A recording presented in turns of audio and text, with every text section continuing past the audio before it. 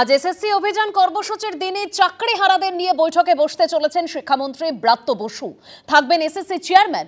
বিরোধীদের দাবি, দুর্নীতির জেরে যোগ্যদেরও চাকরি চলে যাওয়ায় এখন সবাইকে বোকা বানাতে চাকরিহারাদের সঙ্গে একের পর এক বৈঠকে বসছেন মুখ্যমন্ত্রী থেকে শিক্ষামন্ত্রীরা। ফাস্ট ফুড তো ফাস্ট লাইফ রিঅ্যাক্টে পার, সো প্রবলেম তো হবে, বাট আমার সলিউশন তারা। 5 দশক ধরে গ্যাস অম্বল ও পেটের সমস্যার একমাত্র সমাধান গ্যাস নল। বৈঠকের আর কি বাকি আছে? কি হবে বৈঠক করে? দাবি তো একটাই, ওএমআর শিট প্রকাশ। দাবি একটাই, টেন্টেড আর যারা মেধা ভিত্তিতে চাকরি পেয়েছে তারা, এই দুটো পৃথকীকরণ। কিন্তু সেটা তৃণমূল কংগ্রেস করবে না। ফলে বারবার এই বৈঠক, এই ছাত্রদের আবেগের সঙ্গে খেলা করা, এগুলো বন্ধ হোক। মমতা ব্যানার্জি আপনাদের সঙ্গে আছেন। ত্রিপুরায় বা মধ্যপ্রদেশে ওদের জন্য যা যা সমস্যা হয়েছে সেখানে সরকার পাশে ছিল না, এখানে সরকার পাশে আছে। ফলে কোনো রকম ভুল ন্যারেটিভে পা দেবেন না, প্ররোচনায় পা দেবেন না।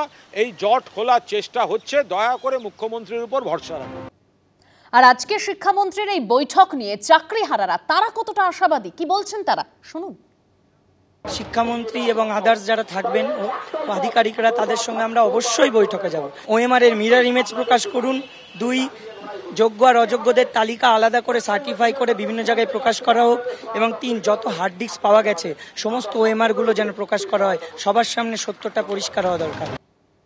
আর আজকের এই বৈঠক নিয়ে বিজেপি নেতা দিলীপ ঘোষ কি বলছেন, শুনুন। ব্রাত্য বসু কি করতে পারবেন? মুখ্যমন্ত্রী মিথ্যা কথা বলে চালিয়ে দিলেন প্রতিশ্রুতি দিয়ে। ব্রাত্য বসুর করার কিছু নেই, কেন ব্রাত্য বসুর কাছে যাওয়ার কোনো দরকার নেই। যান, চা খান, ঘুরে আসুন। আর এরকম আপনাদের ঘুরিয়ে ঘুরিয়ে সময় নষ্ট করা হবে। সেজন্য মুখ্যমন্ত্রী দায়িত্ব নিন। তার সরকারে গন্ডগোল করেছে, তিনি তার সরকারের প্রতিনিধি উকিলদের বলুন কোর্টে গিয়ে 18,000 লোকের যে লিস্ট আছে সেটা জমা দিন। আগে এদের চাকরির ফয়সালাও, এরা জয়েন করুক, তারপর বাকি কথা হবে। আমাদের চাকরিটা বাঁচাতে হবে, এইটুকুই বক্তব্য। যোগ্যদের তালিকা প্রকাশ, মিরর ইমেজ প্রকাশ করে আমাদের তালিকা বাঁচাতে হবে। আর আজকের যে মিটিংয়ের কথা বলছেন মাননীয় শিক্ষামন্ত্রীর সঙ্গে, সেই মিটিংয়ে আমাদের ডাকা হয়নি। তারা কাদের সাথে মিটিং করছে? যোগ্যদের সাথে। এই প্যানেলের যারা যোগ্য শিক্ষিকা এবং শিক্ষাকর্মী রয়েছে তাদের কাছে প্রশ্ন, মাননীয় শিক্ষামন্ত্রী কাদের সাথে মিটিং করছেন? আমাদের চাকরি বাঁচাতে হবে। মুখ্যমন্ত্রী, স্কুল সার্ভিস কমিশনের চেয়ারম্যান কিভাবে বাঁচাবেন আমরা জানি না। তাদের কাছে মিরর ইমেজ আছে, তাদের কাছে যোগ্যদের তালিকা দেবেন। তাহলে এতদিন কেন দেননি? তাহলে অতি দ্রুত সেই তালিকা প্রস্তুত করে আমাদের চাকরি বাঁচানো হোক, রায় রিভিউ করা হোক। ওএমআর শিটের মিরর ইমেজ প্রকাশের দাবি নিয়েই আজ এসএসসি ভবন অভিযান রয়েছে চাকরিহারাদের। আর এই ওএমআর শিটের প্রসঙ্গ নিয়োগ দুর্নীতিতে বারবার সামনে এসেছে।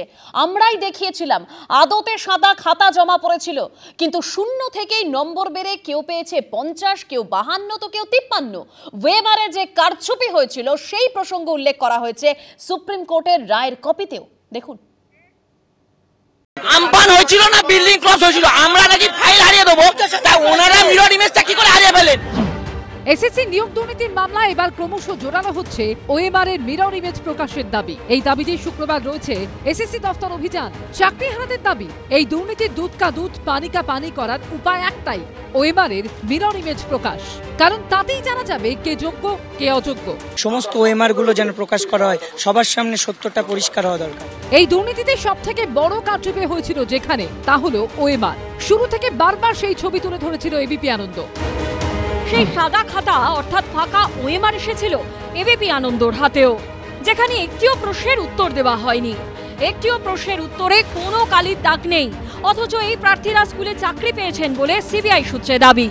নিয়োগ দুর্নীতির তদন্তে গাজিয়াবাদে গিয়েছিল সিবিআই।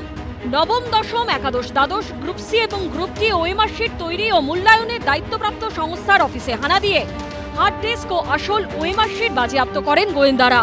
অন্যান্য নথির সঙ্গে সেই ওএমআর শিট হাইকোর্টে জমা দেওয়া হয়। আর তাতেই উঠে আসে চোখ কপালে তোলার মতো তথ্য। এবিপি আনন্দর হাতে আসা এরকম একাধিক ওএমআর শিটে দেখা যায় একের পর এক প্রশ্নের উত্তরের জায়গা ফাঁকা। উত্তর দেওয়া তো দূরের কথা, কোথাও কোনো দাগও নেই। অথচ মারাত্মক বিষয় হলো, আদালতে পেশ করা সিবিআই এর রিপোর্টে দাবি করা হয়েছিল স্কুল সার্ভিস কমিশনের সার্ভারে এদেরই কারোর প্রাপ্ত নম্বর 50, কারোর 52, কারোর 53। মানে খাতা ফাঁকাই রয়ে গেছে। কিন্তু গাজিয়াবাদ থেকে কলকাতা আসতে আসতে নম্বর 0 থেকে 50 ছাড়িয়ে গেছে। কিন্তু চাকরি প্রার্থীদের দাবি মতো ওএমআর-এর মিরর ইমেজ কি প্রকাশ করতে পারবে এসএসসি? মুখ্যমন্ত্রী যা বলেছেন সেই অনুযায়ী সর্বতোভাবে আমরা বঞ্চিত এবং যোগ্য যারা আছেন তাদের পাশে আমরা সর্বতোভাবে থাকবো। কালকে তো মুখ্যমন্ত্রী বলেছে অটোনমাস বডি, তাই এসএসসি কে যা ডাইরেকশন হয়েছে সুপ্রিম কোর্টের, এসএসসির চেয়ারম্যান এবং সচিব দে আর লায়েবল, তারা কথা বলুক, মমতা ব্যানার্জি মুখটা সেলাই করে রাখুন। সুপ্রিম কোর্টের বৃহস্পতিবারের রায়েও ওএমআর-এর প্রসঙ্গ রয়েছে। রায়ের 35 নম্বর পয়েন্টে উল্লেখ করা হয়েছে 2024-এর 5ই ফেব্রুয়ারি সিবিআই এর দেওয়া রিপোর্টে বলা হয় ওএমআর শিটের মূল্যায়ন এবং এসএসসি রেকর্ড করা নম্বরের মধ্যে অমিল রয়েছে। এই অমিল, এই কারচুপির খেসারতি অযোগ্যদের সঙ্গে দিতে হলো হাজার হাজার যোগ্য প্রার্থীকেও। এবিপি আনন্দ।